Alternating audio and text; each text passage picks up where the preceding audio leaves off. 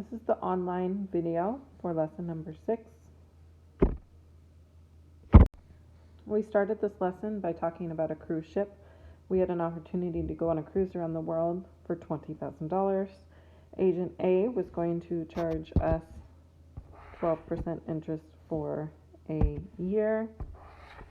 Agent B was going to charge us 1% per month. We took 5 minutes to talk about this situation in terms of what would be better.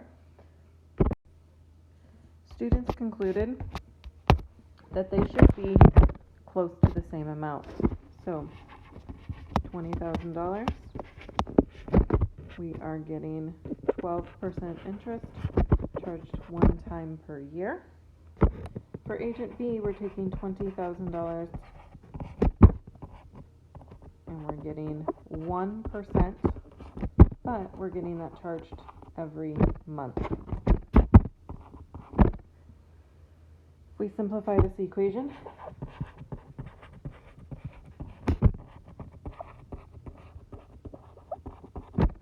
and we simplify this further,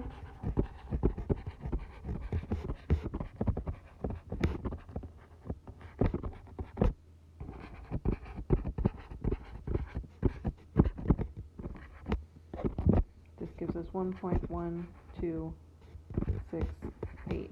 the power of x. So we can see that the one where we're getting 1% per month actually is going to add up to just a little bit more. We then calculated how much would we pay after a year, after 2 years for each of our situations. Again, this was a class discussion. We took some time to talk about the options. The option A to option B in this situation was like $268 and some change different, but that was only over a 2-year period of time.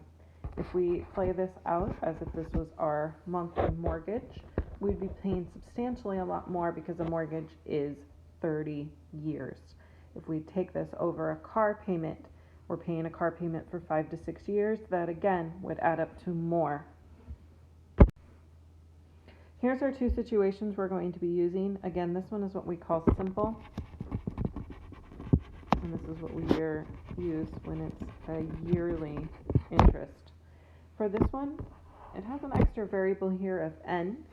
N represents the number of compounding periods.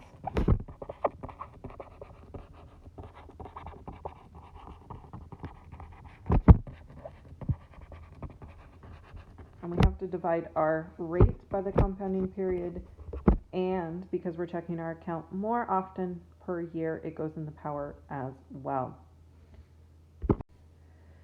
So if we look at how this would change the two equations, similarly to the cruise ship, this one is getting $3,000 invested at 4%, compounded annually. This situation is going to take $3,000, but we're getting 4% over the life of the year, but that's getting compounded monthly, which means we only get 1/12 of that 4% each month, but we're going to be checking our account 12 times more frequently. For our extended learning this week, we are going to work on credit cards. I am not suggesting that you get a credit card, nor do I want you to apply for a credit card. I just want you to look at the differences between the two. Make sure you're reading the fine print details about each, and pick 2 credit cards, and I want you to make a table comparing and contrasting these two, and you're going to submit this into Google Classroom. This assignment is up on Google Classroom with all of the directions. Again, you're going to look at your family's spending habits and make a decision as to which card would be better for you. Please, again, focus on the fine print. Look at the annual interest rate, look at the compounding periods, look at the rewards, look at the fees, kind of look at the upsides and the downsides of 2 separate credit cards, and then make a table, write a short paragraph, and post that into Google Classroom.